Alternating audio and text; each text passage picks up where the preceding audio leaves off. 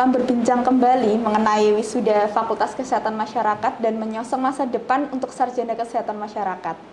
Pada saat ini sedang berlangsungnya wisuda Universitas Muhammadiyah Semarang yang ke-35. Untuk begitu, kita kembali berbincang-bincang dengan Dekan Fakultas Kesehatan Masyarakat, ada Bapak Dr. Sayono SKMM Epid. Assalamualaikum Bapak. Waalaikumsalam warahmatullahi wabarakatuh. Kita berjumpa kembali, Pak. Iya, alhamdulillah kita ketemu kembali ya. Terkait dengan wisuda tahun ini, kan sudah offline nih Pak, di Unimus sendiri. Nah, bagaimana kesan Bapak terhadap wisuda tahun ini yang sudah offline? Dulu kan online, sekarang offline sekarang, Pak. Baik, saya kira ini sesuatu yang sangat menggembirakan ya, terutama bagi para wisudawan itu tampak berbeda gitu ya. Kalau kemarin-kemarin pada wisuda-wisuda sebelumnya yang online itu kita ya harus sabar dengan keadaan karena memang situasinya seperti itu, sehingga para wisudawan dengan terpaksa tetap ada di rumah, atau bahkan yang dari jauh orang tua mereka sudah diajak ke Semarang tetapi terpaksa harus wisudanya di hotel gitu ya. Maksudnya mereka nginap di hotel dan mengikuti secara daring dari hotel.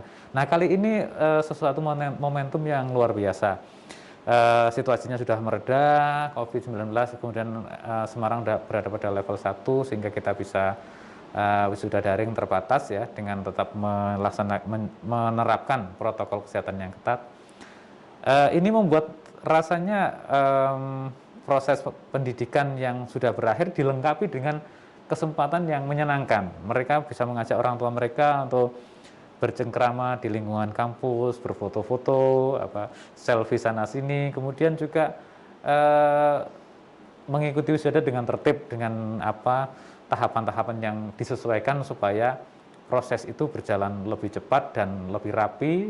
Karena kita juga masih harus menaati protokol kesehatan untuk pencegahan COVID supaya semuanya berjalan baik dan aman. Saya dengar ini Bapak, salah satu dari lulusan terbaiknya Universitas Muhammadiyah Semarang itu ada dari Fakultas Kesehatan Masyarakat, Bapak. Benar, oke. Bagaimana nih Pak strategi dari lulusan sarjana kesehatan masyarakat sendiri di dunia kerja, kan sebentar lagi sudah memasuki dunia kerja itu Bapak, itu lebih berat lagi daripada kuliah saat ini. Baik, pertama tentu saya mengucapkan selamat kepada para wisudawan, khususnya para wisudawan dari Fakultas Kesehatan Masyarakat yang hari ini telah diwisuda. Juga selamat kepada salah satu dari para wisudawan yang menjadi wisudawan terbaik dengan predikat kumulatif dengan indeks prestasi 3,91. Ini luar biasa. Hampir 4 ya. Kembali lagi setelah wisuda itu terbentang jalan yang panjang. Wisuda itu seperti pintu gerbang ya. Pintu gerbang untuk memasuki episode baru. Episode baru di mana dengan kondisi status yang berbeda. Kalau kemarin para mahasiswa masih menyandang sebagai mahasiswa, kemudian setelah dinyatakan mencukupi persyaratan untuk meraih gelar sarjana, sekarang sudah diwisuda, ditetapkan sebagai sarjana kesehatan masyarakat, maka ke depan itu terbentang satu etapa baru yang jauh lebih panjang, jauh lebih luas ya, di mana mereka bisa memulai untuk menerapkan profesionalisme. Profesionalisme itu maksudnya adalah aktivitas sesuai dengan keprofesian ya, sebagai ahli kesehatan masyarakat. Nah, ini menjadi satu tantangan baru sekaligus ujian baru, sekaligus merupakan ruang belajar, ruang pendidikan yang baru yang dalam wadah yang sesungguhnya ya. Kuliah, kalau dulu kuliahnya adalah kuliah yang ditata sedemikian rupa, kalau ini ke depan adalah kuliah yang gurunya adalah lingkungan nyata ya, yang semuanya ditentukan oleh lulus tidak lulusnya itu oleh masyarakat banyak dengan berbagai macam ketentuan yang berlaku di masyarakat. Oleh karena itu para wisudawan saya kira perlu mempersiapkan diri untuk sana, baik intelektual maupun mentalitas ya. Intelektual, akademis itu sudah pasti yang dengan predikat yang diraih, sedangkan mentalitas itu adalah perlu menguatkan sikap mental kita supaya berani untuk melangkah, berani melakukan yang terbaik bagi dirinya dengan mempertimbangkan berbagai hal yang kira-kira menguatkan dirinya. Jangan sampai tanpa perhitungan salah melangkah dan sebagainya sehingga yang ditemukan justru malah hal-hal yang merugikan atau menghambat kemajuan. Saya kira seperti itu intinya. Oh, baik Pak. Untuk sarjana kesehatan masyarakat ini kan sekarang sudah menjadi sarjana. Yeah. Nah, untuk sarjana-sarjana sekarang ini bagaimana Bapak untuk menanggapi COVID yang 19 tahun ini kan dulu mahasiswa, kalau untuk menanggapi kan kemungkinan masih agak takut karena belum sarjana. Sekarang kan sudah sarjana Bapak. Betul. Maka dari itu ini adalah etapa baru, episode baru untuk mewujudkan kinerja profesional. Jadi profesionalisme di sini ditantang oleh situasi, termasuk adalah pandemi COVID ini menantang para sarjana untuk bagaimana menunjukkan aktivitas, sikap dan kinerja yang profesional yang menerapkan ilmu dan keterampilan pengetahuan yang diraih selama perkuliahan. Ini saatnya untuk diwujudkan dan diterapkan. Saya kira langkah yang paling awal adalah mereka bisa bergabung dengan organisasi profesi di bidang kesehatan masyarakat. Kan kesehatan masyarakat itu terbagi dalam peminatan. Kalau di dalam pendidikan, di masa pendidikan, setelah lulus wadahnya ada sendiri-sendiri. Misalnya promosi kesehatan ada PPP KMI. Epidemiologi ada PAI atau PAI, kemudian kesehatan lingkungan ada sanitarian, kemudian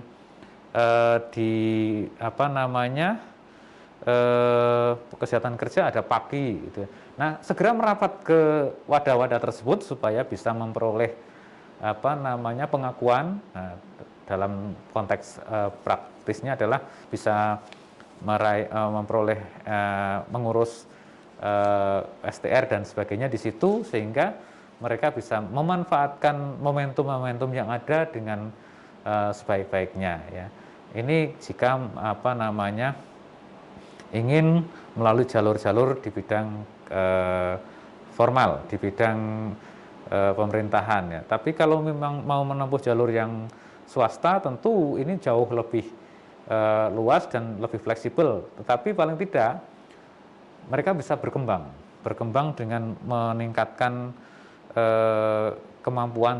kemampuan yang baru, meraih sertifikasi di bidang yang sesuai. Khususnya kalau di masa pandemi COVID ini, WHO sering mengadakan short course yang bisa atau pelatihan-pelatihan yang bisa menambah kompetensi untuk lebih memperkaya bekal untuk mencapai pada lahan-lahan yang untuk menerapkan profesional tertentu. Dalam konteks sempitnya bisa meraih pekerjaan-pekerjaan tertentu di bidang yang sesuai gitu.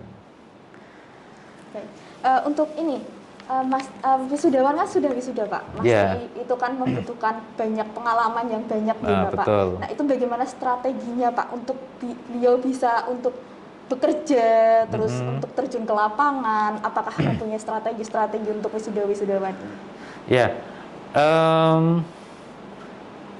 mungkin mereka begini, setelah wisuda ini jangan terlalu terlena dengan kegembiraan ya. Segera mempersiapkan diri untuk mengumpulkan bukti-bukti bahwa dia memiliki kompetensi tertentu ya, dengan misalnya pernah meraih sertifikat apa, pengakuan apa, bisa dikumpulkan. Kemudian juga mungkin penguasaan bahasa Inggris, TOEFL-nya berapa dan sebagainya ya. Kemudian disiapkan, dikemas untuk bisa menjadi bukti-bukti bahwa dia adalah seorang yang kompeten. Nah, dengan bukti-bukti itu ketika ada peluang, ada lowongan dan sebagainya atau kesempatan untuk bekerja, bisa ditunjukkan, dimasukkan dan ditunjukkan kepada pihak-pihak yang terkait sehingga bisa menjadi pilihan. Atau di sisi lain, saat ini peluang untuk berkarya itu banyak, termasuk mandiri di diri sendiri, termasuk di dalamnya di bidang kesehatan masyarakat.